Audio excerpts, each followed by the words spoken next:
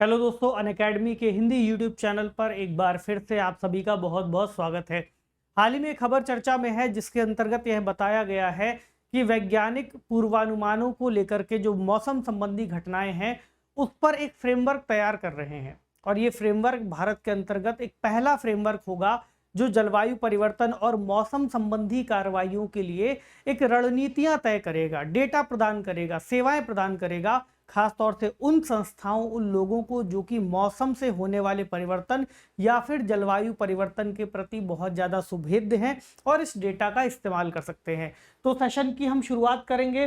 भारत जलवायु सेवाओं के लिए एक राष्ट्रीय ढांचा क्यों शुरू कर रहा है, आखिरकार एक नेशनल फ्रेमवर्क की हमें आवश्यकता क्यों पड़ रही है जिसके जरिए हम सर्विसेज दे पाएंगे। तो national framework for climate services, क्या कहा गया इसको, NFCS, national framework for climate services. तो ये भारत के अंतर्गत जलवायु सेवाएं प्रदान करने वाला पहला राष्ट्रीय स्तर का ढांचा होगा जो भारत मौसम विज्ञान विभाग के नेतृत्व में कार्य करेगा। ठीक है, ये बेसिक जानकारी है जो हमें पता चली। अब अगर आप इस जानकारी की पृष्ठभूमि में जाकर के थोड़ा सा समझें तो हम इस तरह का फ्रेमवर्क क्यों बना रहे हैं। यूपीएससी के लिए एक महत्वपूर्ण सवाल जो आपसे पूछा जा सकता है कि क्यों बना रहे हैं। ठीक है, क्या है आपको पता चल गया, अब आपको ये पूछना है कि क्यों। तो जो भी जलवायु परिवर्तन से जुड़ी हुई बैठकें आपने पिछले कई वर्षों में सुनी है या उनके बारे में पढ़ा है, वो इस ओर हमें इशारा कर रही हैं। आपको पता है कि वैश्विक स्तर पर जो जलवायु परिवर्तन है उससे जुड़े हुए कई सारे आंकड़े हर वर्ष प्रकाशित होते हैं, चाहे वो आईपीसीसी की रिपोर्ट हो या फिर United Nations framework convention on climate change की बैठक हो। उसके बाद हम डेटा लेते हैं वैश्विक स्तर पर और उससे जुड़ी हुई जो जलवायु कार्रवाइयां हैं वो सभी देशों को सौंप देते हैं कि आप लोग भी अपने अपने देशों के स्तर पर ये कार्रवाइयां शुरू कर दीजिए। उन सभी कार्रवाइयों के तहत एक कार्रवाई ये भी है कि national framework for climate services हम बनाएं और देश के भीतर जो जानकारियां हैं क्लाइमेट से जुड़ी हुई, मौसम परिवर्तन से जुड़ी हुई, उससे जुड़ी हुई दीर्घकालिक रणनीतियां बनाने के लिए हम एक ऐसा ढांचा विकसित करें। तो भारत मौसम विज्ञान विभाग के नेतृत्व में इसको शुरू किया जाना है जिसकी स्थापना हमें 1875 के आसपास दिखाई देती है। देखिए, अगर हम भारत के इतिहास में देखेंगे तो हमें 3000 वर्ष पहले से भारत में बादल बनने की प्रक्रिया, सूर्य के माध्यम से पृथ्वी में निर्मित होने वाला जो वातावरण है, जो वायुमंडल है और उससे जो वर्षा की प्रकृति है, वो सभी की हमें उपनिषदों में जानकारी पढ़ने को मिल जाती है। तो अगर आप वराह मिहिर के द्वारा लिखित बृहद संहिता के बारे में भी पढ़ें तो उसमें भी आपको ये पढ़ने को मिलता है कि हमें उस समय भी क्लाइमेट के बारे में कुछ ना कुछ जानकारी मौजूद थी जो कि 500 ईस्वी के आसपास लिखा गया था। ठीक है, अब हम वर्तमान समय में पहुंच गए हैं और क्लाइमेट चेंज से जुड़े हुए जो भी घटनाक्रम हैं उन पर नजर रख रहे हैं और आधुनिक पद्धतियों का इस्तेमाल करते हुए फिर इस प्रक्रिया को शुरू कर रहे हैं। तो एक प्रश्न ये है कि जलवायु सेवाओं के लिए राष्ट्रीय ढांचा आखिरकार है क्या।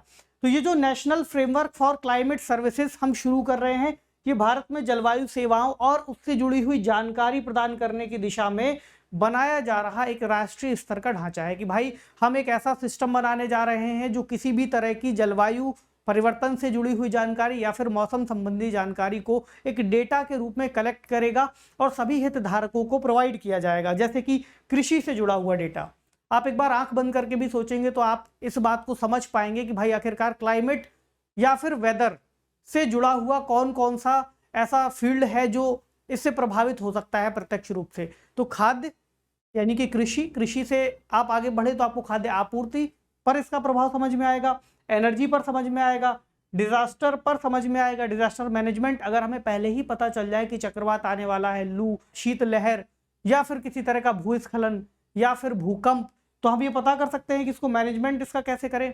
इसके बाद जो भी पर्यावरण है अगर उसमें पॉल्यूशन की स्थिति बढ़ती है तो आपको पता है कि उसका हेल्थ पर कितना ज़्यादा प्रभाव पड़ता है, अभी हम आगे उसका भी डेटा देखेंगे। इसके अलावा जो पानी है, अगर जल प्रदूषित होता है तो उसका भी प्रभाव समुदायों पर सीधे रूप से होता है। तो विभिन्न क्षेत्रों में सूचित निर्णय लेने के लिए हम इसको बनाने जा रहे हैं जो जलवायु जोखिमों को कम से कम करने में मदद करेगा, सरकारों की, नीति निर्माताओं की, उस समूह की जो इससे सर्वाधिक प्रभावित हो सकता है। ठीक है, तो एक राष्ट्रीय ढांचा है, उसमें आप ये भी समझिए कि जो राष्ट्रीय ढांचा है NFCS ये आधारित है global framework for climate services के अंतर्गत। हमने एक ग्लोबल फ्रेमवर्क की परिकल्पना पहले ही कर ली थी जब तीसरी जलवायु परिवर्तन से जुड़ी हुई बैठक की गई थी 2009 में जिनेवा के अंतर्गत। ठीक है, विश्व जलवायु सम्मेलन के अंतर्गत हमने इस फ्रेमवर्क को अपनाया था 2009 में, और उसके बाद से कई सारे ऐसे देश थे, चीन, उसके बाद जर्मनी अगर आप देखें, और यूके कुछ ऐसे देशों में शामिल है जिन्होंने इस फ्रेमवर्क को बना भी दिया है, और भारत अब जाकर के इस पर बात कर रहा है। तो ये सरकारों और संगठनों की एक वैश्विक हिस्सेदारी है। जो ग्लोबल फ्रेमवर्क है उसमें सरकारें और वैश्विक स्तर पर जो नीति निर्माता हैं वो मिलकर के कार्य करते हैं और जलवायु से जुड़ी हुई सूचना और सेवाओं के प्रदर्शन और उसके बेहतर उपयोग के बारे में जानकारी देते हैं। तो एक फ्रेमवर्क जो वैश्विक स्तर पर मौजूद है उसकी तर्ज पर हमें राष्ट्रीय स्तर पर फ्रेमवर्क का निर्माण करना है। तो अगर आप ग्लोबल फ्रेमवर्क को थोड़ा सा समझें तो आपको जो राष्ट्रीय फ्रेमवर्क है उसकी एक रूपरेखा आने वाले समय में स्पष्ट होती हुई दिखेगी। तो global framework for climate services, इसके तहत ऑब्जर्वेशन और मॉनिटरिंग की जाएगी, हम निगरानी रखेंगे, राडार सिस्टम वगैरह लगाए जाएंगे और ये देखेंगे कि आखिरकार स्थितियां क्या बन रही। तो ग्लोबल फ्रेमवर्क में ये सब चीजें देखी जाती हैं। उसके बाद यूजर इंटरफेस प्लेटफॉर्म बनाया जाएगा जिसमें जो उपयोग करता है इस डेटा के वो जाकर के इस डेटा को पता कर पाए। भाई डेटा होगा तभी तो लोग पता कर पाएंगे, अगर डेटा ही नहीं होगा तो अनुमान और भविष्यवाणियां कैसे की जा सकेंगी, और उनकी सटीकता पर भी एक सवाल खड़ा होता हुआ आपको दिखेगा। अब उसमें रिसर्च की जाएगी, मॉडलिंग की जाएगी और प्रिडिक्शंस यानी पूर्वानुमान किए जाएंगे।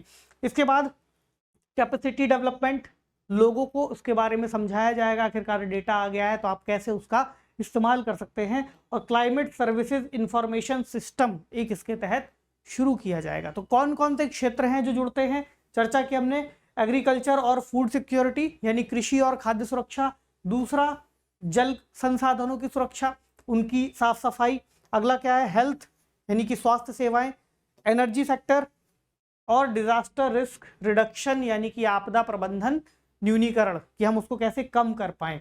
अब NFCS की आवश्यकता के तहत अगर आप समझें तो देश में मौसम और जलवायु डेटा का नियमन और एकीकरण जो कि IMD के अंतर्गत किया जाता है वो काफी ज्यादा महत्वपूर्ण है, क्योंकि हम दक्षिण एशिया या फिर हम कहें दक्षिण पूर्व एशिया के देशों को भी इससे जुड़ी हुई सुविधाएं प्रदान करते हैं। क्षेत्र का पर्यावरण या फिर मौसम किस तरह से प्रभावित होगा, जलवायु कैसे प्रभावित होगी, इसके आंकड़े हम उपलब्ध कराते हैं। और पिछले अगर आप कुछ वर्षों से देखें तो IMD ने अपने उपकरणों पर काफी ज्यादा सुधार किया है, तकनीक बेहतर की है, जिससे हमें क्षेत्र में मौसम की दैनिक आधार पर भी जानकारी मिलती है। और इससे जुड़े हुए जब आप वेदर सर्विसेज का इस्तेमाल करते होंगे अपने फ़ोन में तो वेदर में फोरकास्ट आपको करता है कि भाई आज बारिश होगी, नहीं होगी, 2 बजे धूप निकलेगी, 4 बजे भी निकलेगी। इसी तरह से आप देखेंगे कि पूरे आपको हफ्ते का उसमें जो रिपोर्ट कार्ड है मौजूद रहता है। तो ये कैसे फोरकास्ट हो पा रहा है, ये कैसे आपको पता चल पा रहा है, ये सर्विसेज हैं जो कि IMD की तरफ से दी जा रही हैं। तो IMD जो कि 150वें वर्ष में पहुंच रहा है, अभी भी कई सारे ऐसे क्षेत्र हैं जहां पर ठीक से सेवाएं नहीं मिल पा रही, जैसे कि अगर आप हिमालयी क्षेत्रों को देखें, समुद्री क्षेत्रों को देखें, तो ऐसे कई सारे भौगोलिक क्षेत्र हैं जो हमसे छूट जाते हैं या हमारे पास उनके लिए बेहतर सर्विस नहीं उपलब्ध हो पाती। तो अगर हम इसका एक लंबा डेटा चाह रहे हो या फिर अगर हम ये सोचें कि 100 वर्षों का एक डेटा हमारे पास उपलब्ध हो जाए हिमालयी क्षेत्र का या कुछ अन्य क्षेत्रों का, ताकि हम एक पैटर्न को पढ़ करके समझ करके भविष्य के लिए पूर्वानुमान लगा सके, तो वो उपलब्ध नहीं हो पाते। इस वजह से इसको बनाया जाना बहुत जरूरी है, खासकर हिमालयी क्षेत्रों और महासागरों के लिए, जिससे IMD दीर्घकालिक जलवायु भविष्यवाणी कर सके, क्योंकि अभी के लिए हमारी जो क्षमता है वो सीमित हो जाती है। भारत क्योंकि एक जलवायु संवेदनशील देश भी है, ये डेटा भी बहुत महत्वपूर्ण है। देखिए क्लाइमेट चेंज से जुड़ा हुआ, जलवायु परिवर्तन से जुड़ा हुआ और खास तौर से GS पेपर 3 के अंतर्गत पर्यावरण एवं पारिस्थितिकी खंड से जो प्रश्न पूछे जाएंगे उसके लिए ये फ्रेमवर्क बहुत महत्वपूर्ण है, क्योंकि ये पहली बार बनाया जा रहा है और इससे सीधे तौर पर प्रश्न आपसे पूछा जा सकता है कि कौन सी बॉडी होगी जो इसको रेगुलेट करेगी। प्रीलिम्स में भी बन सकता है और मेंस में तो इसके ऊपर प्रश्न आपको लिखने को मिल ही सकता है, टिप्पणी कीजिए या आलोचनात्मक या फिर एक सामान्य रूप से विश्लेषण कीजिए, अवलोकन कीजिए। ठीक है, तो भारत एक ऐसा देश है जहां पर भारी वर्षा, बाढ़, सूखे जैसी स्थितियां और अत्यधिक गर्मी जैसी चरम स्थितियां भी बढ़ती जा रही हैं, और जलवायु परिवर्तन की घटनाओं के चलते ऐसी कई सारी घटनाएं भी हमें देखने को मिल रही हैं। अगर आप वैश्विक जलवायु जोखिम सूचकांक को देखें, जो CRI है, वो भारत को जलवायु घटनाओं के प्रति जो संवेदनशील देश हैं उसमें टॉप 10 के अंतर्गत रखता है, ठीक है। और 2021 की जो रिपोर्ट है उसमें भारत को 7वें स्थान पर रखा गया है। तो इससे आप अनुमान लगा सकते हैं कि भारत में किस तरह से जो जलवायु परिवर्तन से जुड़ी हुई घटनाएं हैं, जो जलवायु परिवर्तन का पैटर्न है, वो बदलता जा रहा है। इसी तरह अगर आप देखें तो भारत में लगभग 75% जिलों की पहचान चरम घटना हॉटस्पॉट के रूप में की गई है, यानी वहां पर क्लाइमेट और वेदर की स्थितियां लगातार बदलती जा रही हैं। इसके अलावा लगभग 40% जो जिले हैं वहां पर मौसम के प्रतिरूप में भी चेंजेस आ रहे हैं, यानी कि आज के समय में जिन जिलों को आप जिस तरह से देखते थे खाद्य उत्पादन के रूप में या वहाँ की सिंचित भूमि के रूप में या वर्षा के पैटर्न के रूप में, अब वो उतने प्रभावी नहीं रह गए। उनके वेदर में या फिर क्लाइमेट में चेंज आ गया है, यानी परिवर्तन आ गया है। और कई जगहों पर तो इतना ज़्यादा परिवर्तन आ चुका है कि जहाँ पर पहले बाढ़ आती थी वहाँ पर अब सूखे जैसी स्थितियाँ बनने लगी हैं। तो हमें इस पैटर्न को समझना होगा ताकि आने वाले समय के लिए हम पूर्वानुमान लगा सकें, भविष्यवाणियाँ कर सकें और अपने रिसोर्सेज को सही तरह से इस्तेमाल कर सकें। जैसे अगर भारत के लिए कहा गया है कि भारत जो ग्लोबल फ्रेमवर्क है उससे हट करके जब नेशनल फ्रेमवर्क लागू करेगा तो उसमें ट्रांसपोर्टेशन को भी जोड़ सकता है। इसके अलावा जो हमारा पर्यटन उद्योग है उसको भी जोड़ सकता है, या फिर अन्य ऐसी स्थितियां जहां पर हम इस डेटा का इस्तेमाल कर सकें। ट्रांसपोर्ट के लिए क्यों आवश्यक है? मान लीजिए आने वाले समय में किसी क्षेत्र का जो वेदर है या क्लाइमेट है वो चेंज होने वाला है बड़े स्तर पर, उसमें परिवर्तन आएगा, तो हम वहां पर इंफ्रास्ट्रक्चर किस तरह से डेवलप करेंगे। इसके अलावा जो टूरिज्म के लिए मान लीजिए सरकार अपनी योजनाएं चलाना चाह रही है, 50 वर्षों के लिए सरकार ने कहीं पर निवेश कर दिया और कुछ समय के बाद वो क्षेत्र उस तरह से डेवलप ना हो पाए या फिर वहां पर जो क्लाइमेट है वैसा ना रह जाए, उसमें परिवर्तन आने लगे, तो टूरिज्म की गतिविधियां भी प्रभावित होंगी। या फिर जैसे अभी हम सुन रहे हैं कि कई सारे ऐसे द्वीपीय देश हैं जो जलमग्न हो सकते हैं, तो ऐसी गतिविधियों पर भी हम नजर रख पाएंगे या फिर उनका एक पूर्वानुमान लगा पाएंगे उस हिसाब। तो हमारे लिए टूरिज्म को भी डेवलप करना आवश्यक होगा। अब अगर देखें how climate crisis is changing India, कि आखिरकार कैसे जो जलवायु परिवर्तन से जुड़ा हुआ एक समस्या है, गंभीर रुझान आ रहे हैं, उससे भारत कैसे प्रभावित हो रहा है। अगर आप समझे तो 89 of days saw extreme weather events, 89% जो दिन है उनमें हमने एक्सट्रीम वेदर घटनाएं देखी हैं। इसके अलावा Indian lost nearly 5 years of their lifes to air pollution, यानी भारत में जो हवा से जुड़ा हुआ पॉल्यूशन है या फिर वायु प्रदूषण है उसके चलते कितनी लाइफ को थ्रेट है। अगर आप समझें तो उसमें दिया हुआ है कि 5 साल अपने जीवन के हर भारतीय के कम हो रहे हैं जो पॉल्यूशन है उसकी वजह से। भारत में आपको ये भी दिख रहा है कि किन राज्यों में कितना ज़्यादा पॉल्यूशन है। अगर आप लाइफ स्पैन को देखें, यानी कि जो जीवन की प्रत्याशा है वो किस राज्य में कितनी तेज़ी से घटती जा रही है।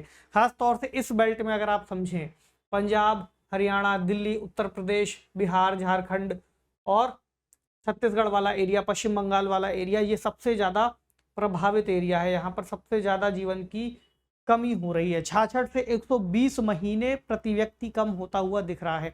इसके अलावा अगर आप भारत के ग्रामीण क्षेत्रों में देखें तो वहाँ पर और अलग अलग तरह की समस्याएं बढ़ रही हैं और ये तुलना भारत में शहरी और ग्रामीण दोनों ही क्षेत्रों में देखी जा सकती है। अगर आप कचरे के प्रबंधन को देखेंगे तो 53% भारत का जो कचरा है वो ट्रीट नहीं किया जाता, यानी उसको उपचारित नहीं किया जाता, उसी तरह से इधर उधर फेंक दिया जाता है। जो डेटा बताता है कि 47% जो ऐसा है जो केवल प्रोसेस होता है और ट्रीट किया जाता है, 3% ऐसा है जो कलेक्ट ही नहीं किया जा पाता, 27% ऐसा है जिसको भूमि पर ही डिस्पोज होने के लिए या डिस्पोज कर दिया जाता है और 23% ऐसा है जो किसी भी तरह से ट्रीट नहीं होता। तो ये सारी चीज़ें जो भूमि पर मौजूद हैं उसका कितना ज़्यादा प्रभाव पड़ेगा वो आप समझ सकते हैं। तो ये जो फ्रेमवर्क कन्वेंशन लाया जा रहा है नेशनल स्तर पर यानी कि राष्ट्रीय स्तर पर, इसके क्या क्या लाभ हो सकते हैं। पहला लाभ है जलवायु पूर्वानुमानों की सटीकता में सुधार, कि अब हम एकदम सटीक तरीके से अनुमान लगा सकेंगे। दूसरा, जलवायु परिवर्तन के प्रभावों की बेहतर समझ कि कितना क्लाइमेट का इम्पैक्ट होने वाला है हमें पता चल सकेगा। इसके अलावा जलवायु संवेदनशील क्षेत्रों में अधिक सूचित निर्णय लेना, यानी कि ऐसे क्षेत्र जहां पर जलवायु परिवर्तन का प्रभाव सबसे ज़्यादा हो सकता है, अगर हमें इसकी जानकारी मिल पाती है तो हम उस क्षेत्रों के लिए बेहतर डिसीजंस ले पाएंगे, चाहे वो इंफ्रास्ट्रक्चर को लेकर के हो, चाहे वो एनर्जी के लिए को लेकर के हो, चाहे वो अन्य तरह की स्थितियों को लेकर के हो। इसके अलावा जलवायु परिवर्तन के प्रति संवेदनशीलता में कमी आ सकती है, यानी कि हम उन स्थितियों को समझने के बाद जो सुभेद्यता है उसकी ओर प्रयास कर सकते हैं, सुभेद्यता को कम कर सकते हैं। ठीक है, इसके अलावा इसको लागू कैसे किया जाएगा ये भी एक प्रश्न होगा, क्योंकि एक फ्रेमवर्क है जो कि अभी के लिए बनाया जा रहा है पॉलिसी मेकर्स, इसके अलावा प्लानर्स, इसके अलावा जो शेयर होल्डर्स हैं या फिर हम कहें जो डेटा के रिसर्चर्स हैं उनके लिए लाभकारी होगा। तो स्विट्जरलैंड, चीन, जर्मनी और यूके जैसे देशों ने पहले ही इसको बना लिया है, जैसा हमने शुरुआत में आपके साथ चर्चा की, जबकि कई अन्य देश इसके कार्यान्वयन के उन्नत चरण पर हैं। इसमें भारत भी एक देश है जो कि अब इसकी शुरुआत कर रहा है। इसमें अफ्रीका के कई सारे ऐसे देश हैं जो अब इसकी शुरुआत करने जा रहे हैं। ठीक है, तो भारत का पहला NFCS जिसकी एक कार्यशाला आयोजित की गई थी पुणे में। ठीक है, पहली वर्कशॉप थी जिसका आयोजन पुणे में किया गया और भारत जल्दी ही इससे जुड़ा हुआ अपना घोषणा पत्र जो है जारी कर देगा और इसकी प्लानिंग के आधार पर फिर इसकी शुरुआत होता हुआ हम देख पाएंगे। हालांकि जब ये होगा इस पर एक अलग से सेशन कर लेंगे। देखिए, पर्यावरण से जुड़े हुए जो भी मुद्दे हैं वो हमें दिखते बहुत शांत से हैं कि उनमें हो ही क्या रहा है, कई सालों से हम वही बातें सुनते चले आ रहे हैं, या फिर आपने जब से पढ़ाई शुरू की होगी तब से आप ये सब पढ़ रहे होंगे, लेकिन प्रश्न के रूप में जब आपके सामने आएगा तो अगर कोई पॉलिसी है तो अगर आपने उसे नहीं पढ़ा है तो उसका उत्तर लिख पाना आपका इतना आसान नहीं होगा। प्लस उस उत्तर की मांग को पूरा करने के लिए आपको ऐसे डिटेल्ड एनालिसिस की आवश्यकता पड़ेगी। तो निष्कर्ष क्या है? पहला, भारत एक जलवायु के प्रति संवेदनशील देश है, इसलिए ये फ्रेमवर्क बहुत जरूरी है। दूसरा, national framework for climate services जलवायु परिवर्तन से निपटने के भारत के प्रयासों में एक महत्वपूर्ण विकास है। आपने देखा होगा कि जलवायु परिवर्तन से जुड़े हुए जो भी डेवलपमेंट्स है उसमें भारत ने भी अपनी प्रतिबद्धता को व्यक्त किया है। तो जब भी कभी क्लाइमेट से जुड़े हुए ऐसे बैठकें या फिर ऐसे आयोजन होते हैं उसमें भारत अपनी बात मजबूती से तभी रख पाएगा जब हम खुद से देश के भीतर उन सभी नियमों का सही रूप से पालन कर पा रहे होंगे। और खास तौर से जो वैश्विक और विकासशील देशों के बीच में एक पैसे को लेकर के यानी कि फंड को लेकर के जो एक मुद्दा शुरू हुआ है और अभी तक उस पर सही तरीके से कोई प्रतिक्रिया नहीं दी गई है, खास तौर से उन सेवाओं के लिए जो विकासशील देशों को दी जानी है, तकनीक दी जानी है, ताकि वो जलवायु परिवर्तन से जुड़े हुए जो भी प्रकोप है उनको तेजी से कम कर सकें। तो इस दिशा में हम भी अपनी आवाज़ तभी रख पाएंगे जब हमने कुछ काम किया होगा। नहीं तो विकसित देश हमसे ये बात बोलेंगे कि जो जो आपको करने को कहा है अभी तक आपने एक फ्रेमवर्क तो बनाया नहीं है और आप किस तरह से अपनी बात को यहाँ रखने आ जाते हैं। तो ये बहुत ज़रूरी चीज़ें हैं। ऐसे ही भारत ने अपनी जो ग्रीनरी है, जो एक हरित आवरण है, उस पर भी काफ़ी तेजी से विकास किया था और उसको जो वैश्विक मानक है उसके अनुरूप लेकर के आया था। तो देशों को जलवायु परिवर्तन के प्रभावों के लिए तैयार होने और अनुकूलन करने में मदद करने से जुड़ा NFCS जो कि एक ग्लोबल फ्रेमवर्क के बाद ही बनाया जा रहा है, सभी देशों को इसको अपनाना चाहिए और इसको अपनाने की दिशा में भारत अब आगे बढ़ चुका है। तो अगर कोई सवाल आए तो आप उसको इस फ्रेमवर्क में जो हमने बातें डिस्कस की हैं, इसका उद्देश्य बेसिकली अभी यहाँ डिस्कस किया है। जब ये बनेगा किस तरह से कार्य करेगा ये हम आगे बात करेंगे। तो प्रश्न देख लीजिए, जैसे जैसे जलवायु परिवर्तनशीलता और चरम घटनाएं आम होती जा रही है, भारत का NFCS एक महत्वपूर्ण मोड़ पर आ गया है। चर्चा कीजिए। तो 150 शब्दों में आपको इस प्रश्न का उत्तर देना है, 10 अंकों का होगा। प्रैक्टिस जरूर कीजिए, अन्यथा आपने अगर इस पूरे सेशन को सुना भी है ठीक से मन लगाकर, या आप भूल जाएंगे। लिखने बैठेंगे आपको 2-3 से ज़्यादा पॉइंट याद ही नहीं आएंगे। इसलिए बहुत ज़रूरी है कि आप इसको जरूर लिखें। जहाँ पर भूलें एक बार फिर से इस सेशन को सुने। देखिए, मेरे वीडियोज़ इसलिए भी आपके लिए इंपॉर्टेंट है क्योंकि मैं उन महत्वपूर्ण विषयों को ही अपने वीडियोस में शामिल करता हूं जो परीक्षा के लिए बहुत उपयोगी हैं। मेरा टारगेट हमेशा परीक्षा ही रहा है और मेरा मकसद भी ये है कि इन वीडियोस को आप जरूर से देखें और परीक्षा के लिए आप अपनी तैयारी करें और इन वीडियोस को देखने के बाद आप उत्तर लिखने की स्थिति में आ सकें। एक सामान्य जानकारी के अलावा उत्तर लिखना भी आपके लिए बहुत आवश्यक है। इस हिसाब से आप अपनी तैयारी कीजिए। आपसे मिलेंगे किसी अन्य वीडियो में जो कि बहुत महत्वपूर्ण होगा। तब तक पढ़ते रहिए, अपना खूब सारा ख्याल रखिए। शुक्रिया।